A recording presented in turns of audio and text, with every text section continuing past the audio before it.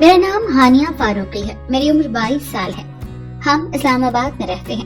میرا تعلق ایک امیر کبیر گھرانے سے ہے۔ ہم 2 بہنیں ہیں اور ہمارے 2 بھائی ہیں، لیکن سب اپنی الگ دنیا میں مست ہیں۔ ماں باپ بھی اپنی الگ الگ دنیا بنائے ہوئے تھے۔ میرے پاپا سارا دن بزنس کے سلسلے میں گھر سے باہر رہتے تھے اور ممی اپنے دوستوں اور سوشل ورک میں مصروف رہتی تھی۔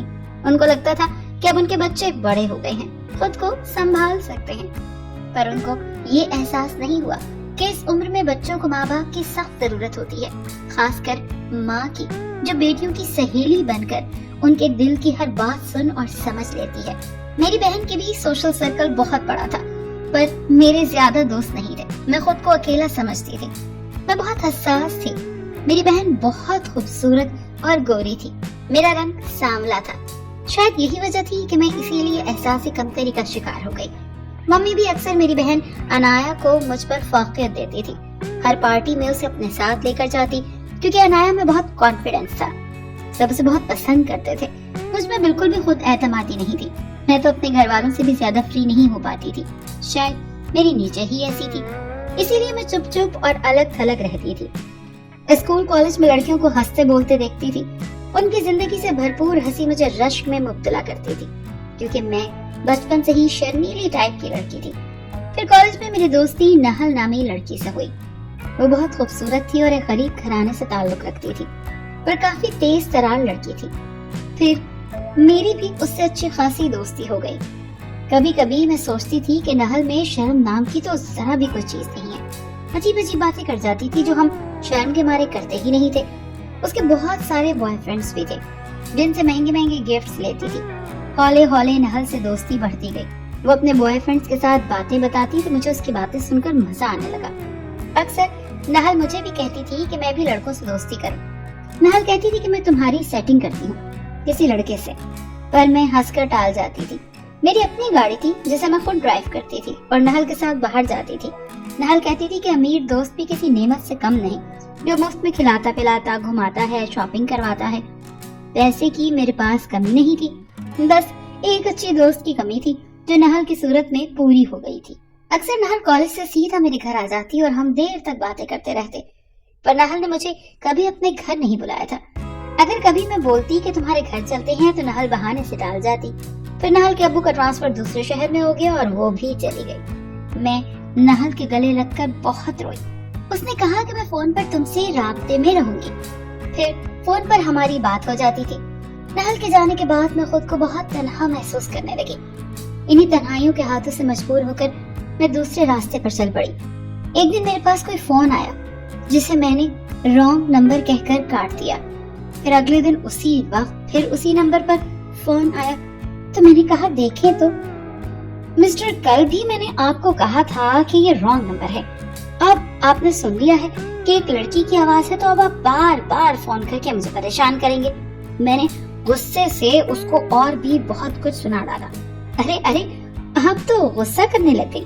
کیا کروں، دل کے ہاتھوں مجبور ہوں میں۔ مس ہانیہ فاروقی۔ اس کی بات پر میں حیران رہ گئی۔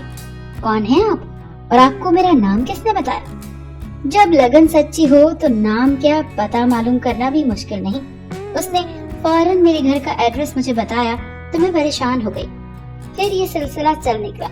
روز رات کو دیر تک ہماری فون پر بات ہوتی۔ اس کی باتیں، آواز رات کے اس پہر پھر مجھ میں عجیب سی کیفیت طاری کر دیتی۔ اگر کبھی اس لڑکے جس کا نام شاویز تھا اس کا فون نہیں آتا تو میں جیسے پاگل ہو جاتی۔ فون کال کا نشہ میرے اندر سما گیا تھا۔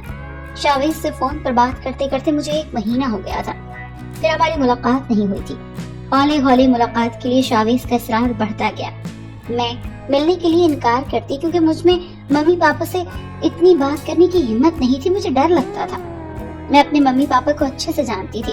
بظاہر وہ کتنے بھی امیر، ماڈرن، پڑھے لکھے ہوں، لیکن اندر سے وہی روایتی ماں باپ ہیں جن کو بیٹیوں کا شادی سے پہلے غیر لڑکوں سے ملنا جلنا بالکل پسند نہیں۔ میری بہن عنایہ کو بھی بہت آزادی دی گئی تھی، پر اسے بھی صاف لفظوں میں ممی نے سمجھا دیا تھا کہ لڑکوں سے دوستی نہیں کرنا۔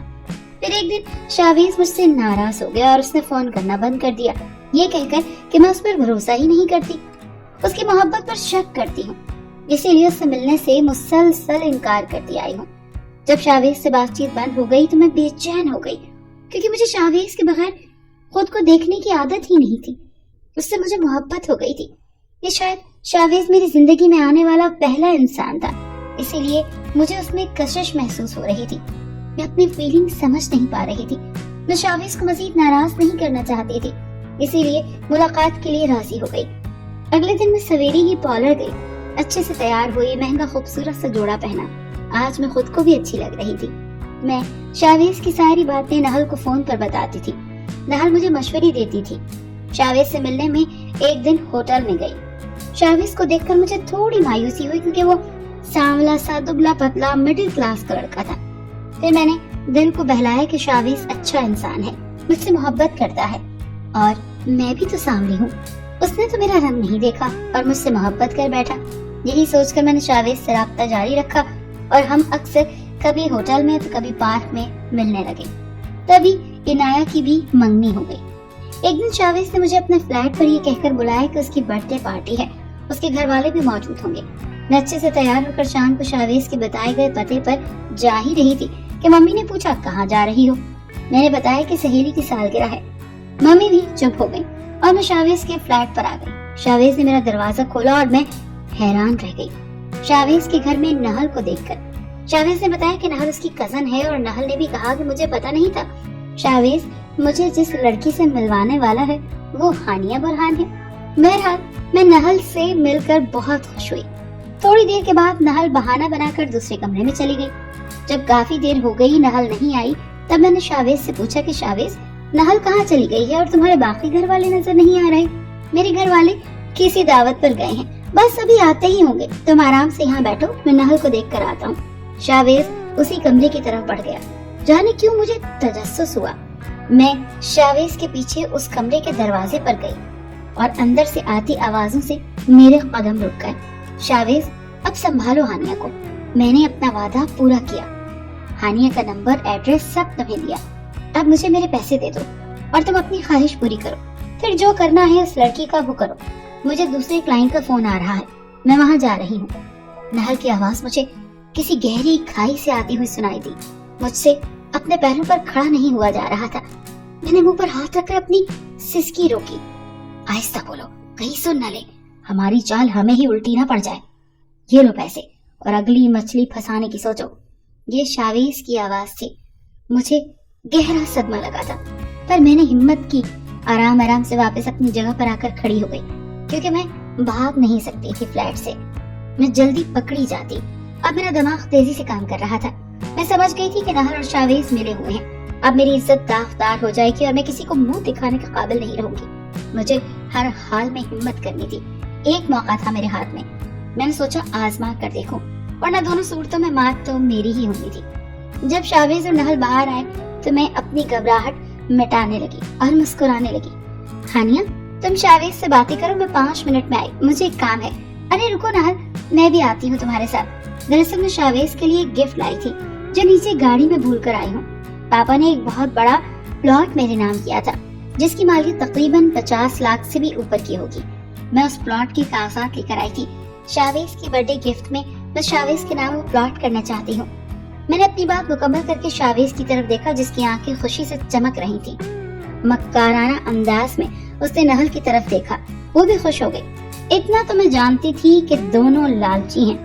मुझे फंसाने के साथ साथ प्लॉट भी हाथ से जाने नहीं देंगे। उनका सब कुछ सिर्फ पैसा है।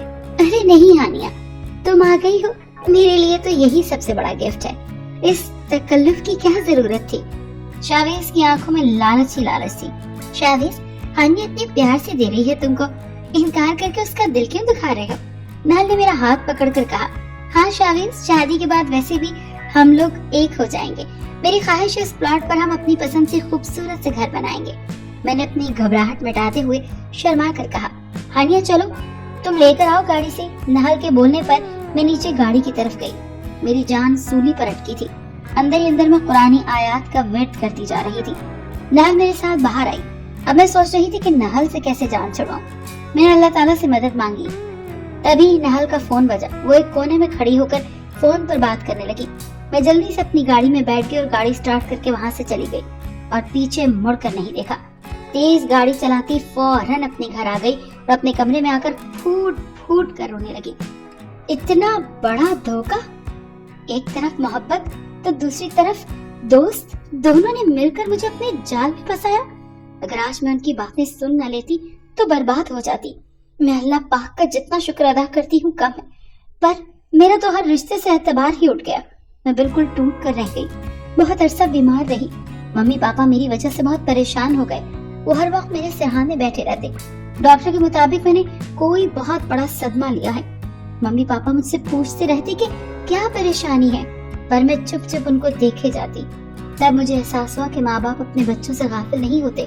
हम बच्चे ही होते हैं जो थोड़े बड़े हो जाते हैं तो वालिदैन से दूरी इख्तियार करके सारा इल्जाम अपने वालिदैन पर डाल देते हैं। शावेज और नहल की धमकी आमेज मैसेजेस आने लगे। शावेज का फोन बजता जाता पर मैं नहीं उठाती। शावेज के अक्सर ऐसे मैसेजेस आते थे, मैं छोड़ूंगा नहीं तुम्हें, तुम बचकर नहीं जा सकती, आखिर कितना छुपोगी मुझसे, मैं तो तुम्हारे घर का पता भी जानता हूँ, तुम्हारे मम्मी पापा को सब बता दूंगा। उनके ऐसे मैसेजेस पढ़कर मैं और डिप्रेशन में चली जाती थी। हर बेल पर मैं सहम सी जाती कि नहल या शावेज में से कोई आ गया होगा, मम्मी पापा को सब कुछ बता देगा, झूठ सच मसाला लगा कर सुनाएगा और फिर पापा मुझे नहीं छोड़ेंगे। मेरी तबीयत भी संभली तो मम्मी पापा मुझे शहर के सबसे बड़े नफ्सियाती डॉक्टर के पास ले गए। उस डॉक्टर ने मुझसे पूछा कि आखिर क्या खौफ है। मैंने उससे कहा कि अगर ये घर और ये शहर मेरे वालिदैन छोड़ देंगे तो मैं ठीक हो जाऊंगी। डॉक्टर के कहने पर पापा एकदम राजी हो गए। वो शहर और वो घर हम छोड़कर दूसरे शहर में शिफ्ट हो गए। मैंने अपना नंबर, फोन सब बदल लिया। तब जाकर मैंने सुकून का सांस लिया। अभी मेरे अंदर थोड़ा थोड़ा डर बैठा रहता है कि कहीं मुझे ढूंढते ढूंढते शावेज और नहल यहाँ पे पहुंच जाएंगे। पर जब मैंने काफी अरसा नोट किया, नंबर और घर बदलने के बाद शावेज और नहल ने बाद में मुझसे कोई राब्ता नहीं रखा। यहाँ भी मैं अकेले बाहर नहीं जाती थी। मम्मी पापा ही अपने भाइयों के साथ बाहर जाती थी। घर वालों की प्यार और तवज्जो से हौले हौले में जिंदगी की तरफ लौट आई और इनाया आपी की शादी की तैयारियों में हिस्सा लेने लगी। उनकी शादी की डेट मेरी बीमारी की वजह से डिले हो गई थी। आपी की शादी हो गई और मेरे लिए मेरी कजन अरहम का रिश्ता आया। अरहम मेरे मामू का बेटा था। उसकी लाहौर में जॉब थी। जब भी अरहम हमारे घर आता, ये हम अरहम के घर जाते। अरहम मेरे आगे पीछे फिरता। अरहम की आंखों में मैंने अपने लिए पसंदीदगी देखी थी, पर मैं उसे नजरअंदाज करती थी। लेकिन अब शावेज से धोखा खाने के बाद मैंने दिल से अरहम का रिश्ता कबूल किया। मेरी और अरहम की शादी हो गई। अरहम बहुत अच्छा इंसान था। मैं उसके साथ एक खुशगवार जिंदगी गुजार रही थी। मेरे 2 बेटे भी हैं। शादी के 5 साल बाद मैंने न्यूज में देखा कि एक बहुत बड़ा गैंग पुलिस ने पकड़ा जो लड़कियों को बेचते थे। उस गैंग में शावेज और नहल को देखकर मैं सदमे में चली गई। मतलब कि वो लोग मुझे भी अपना मतलब पूरा करके बेच देते। उस दिन खबर सुनकर मैं बहुत रोई। अरहम मुझे चुप करवाता जा रहा था। उसे लग रहा था मैं बहुत हसास हूँ, सबके दुख में दुखी हो जाती हूँ। उसे मालूम नहीं था कि मेरे अंदर कैसी जंग चल रही थी। शावेज और नहल ने मुझे अपने गलत नाम बताए थे। अब मैं चाहती हूँ कि उन्हें सख्त से सख्त सजा मिले और वो अपने अंजाम को पहुंच जाएं। मैं तो बच गई, पर ना मालूम कितनी लड़कियों की जिंदगी उन्होंने बर्बाद की होगी, कितनी मासूमों की आह उनको लगी होगी। खुदा की लाठी बेआवाज होती है। अब ये शातिर लोग सारी उम्र जेल की चक्की पीसेंगे। हर पल मैं रब का शुक्र अदा करती हूँ और दूसरी लड़कियों को भी नसीहत करती हूँ कि किसी गैर मर्द के धोखे में हरगिज़ ना आए। हर लड़की मेरी तरह खुशनसीब नहीं होती कि बच जाए।